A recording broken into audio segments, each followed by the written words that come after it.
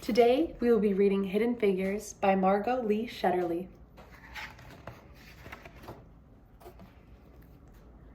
Dorothy Vaughan, Mary Jackson, Katherine Johnson, and Christine Darden were good at math. Really good.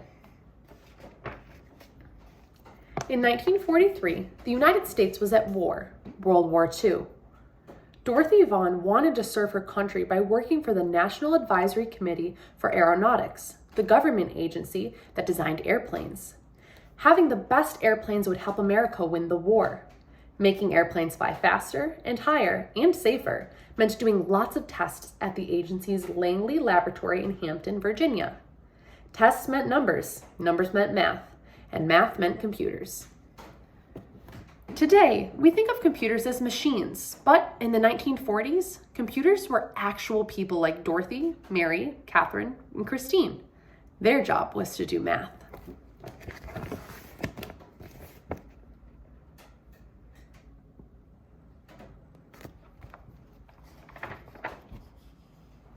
Because Dorothy was Black and a woman, some people thought it would be impossible for her to get a job as a computer. She lived in Virginia, a southern state, where laws segregated or kept apart Black people and white people.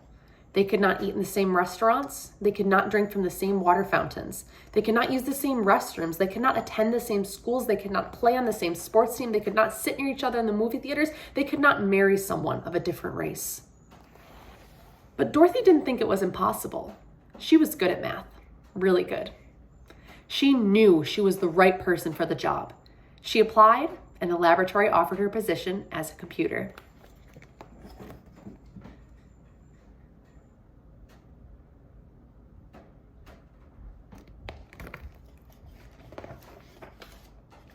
At work, Blacks and whites were kept apart. The white computers worked in one building, and Dorothy and the other Black computers worked in a different building, in their separate office. Even though they worked on the same kind of assignments, the Black computers and the white computers used separate bathrooms and even separate lunchrooms.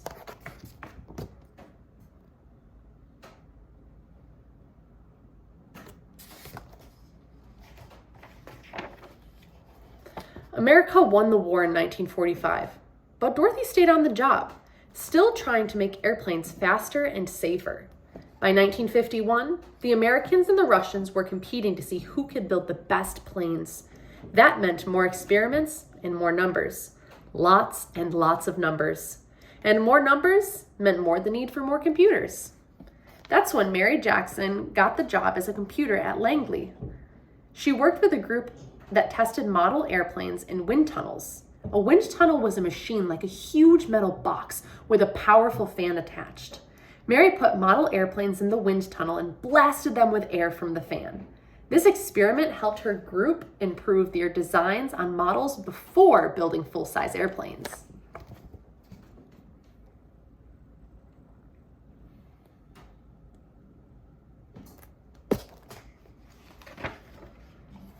Mary wanted to become an engineer, but officials said it was impossible. Most of the engineers in the laboratory were men. And to become an engineer, Mary needed to take high-level math classes, but she wasn't allowed to go inside the white school where the classes were taught. But Mary was good at math, really good, and she refused to give up. She got permission to enter the school building and take math classes, and she earned good grades because she didn't give up. Mary Jackson became the first African-American female engineer in the laboratory.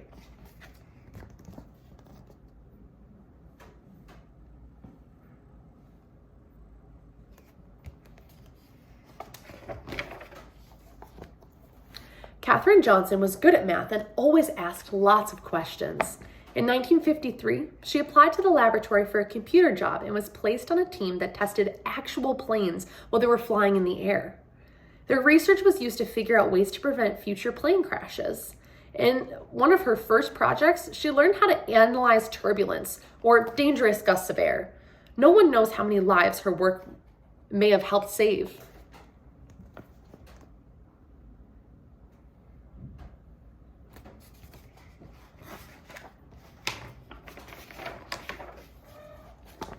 Katherine wanted to help the group prepare for research reports, so she asked if she could go to the meetings with the other experts on her team.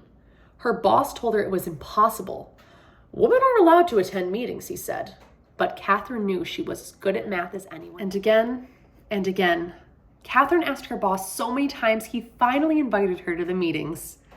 Catherine was good at math, really good.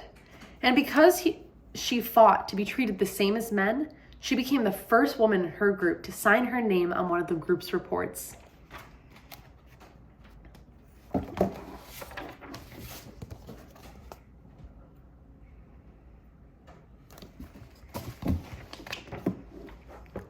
In the 1950s, the Langley Laboratory bought a computer that could do math faster than the human computers. At first, these machines made mistakes, and Dorothy learned how to program the machines so that they got the right answers. She taught the women in her group how to program these computers too.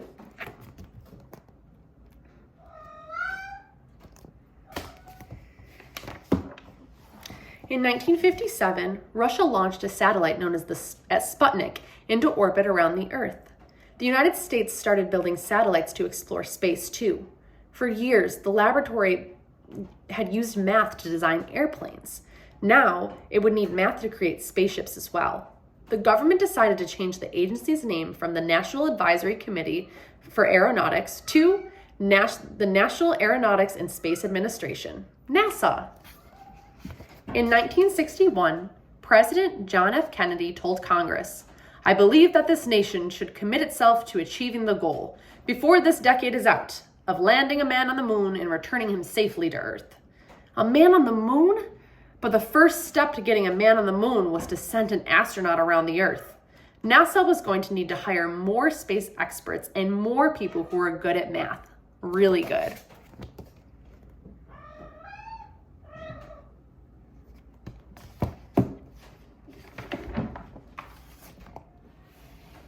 The people at the laboratory had to work together from morning to night to figure out how to send astronaut John Glenn into space and bring him back home to Earth safely.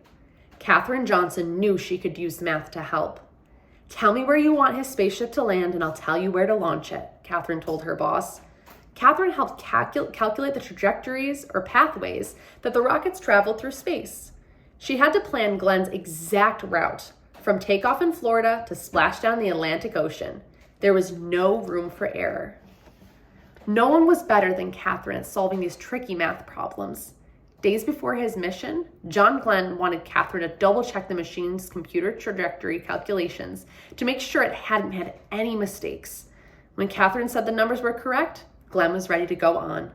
On February 20th, 1962, Glenn blasted off into space, circled the Earth, and made his way home safely.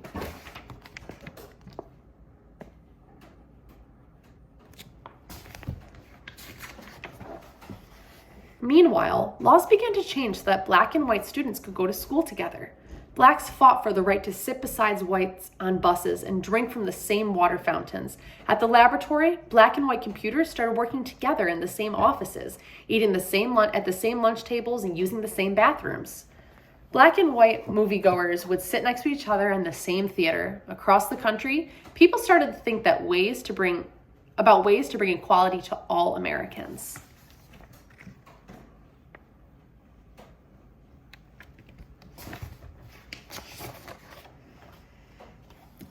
Christine Darden was good at math, and she loved electronic computers.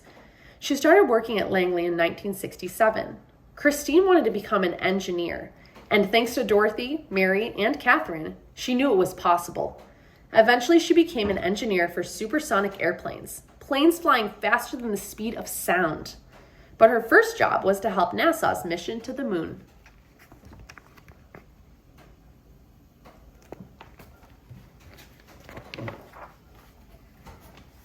The people in the laboratory prepared for years to send astronauts to the moon, about 238,000 miles away from Earth. Finally, on July 20th, 1969, the world watched as 3 men arrived at the moon in an Apollo 11 spacecraft. "That's one small step for man, one giant leap for mankind," said astronaut Neil Armstrong when he stepped onto the dusty surface. But it was also a giant leap for Dorothy, Mary, Catherine, and Christine, and all of the other computers and engineers who had worked in the laboratory over the years. The moon landing was a success from takeoff to splashdown. But there was no time to rest. Once NASA landed astronauts on the moon, the people of the laboratory began dreaming of sending humans to other planets such as Mars, Jupiter, or Saturn. They started to imagine hyperfast space planets that could travel around the Earth at 7 times the speed of sound.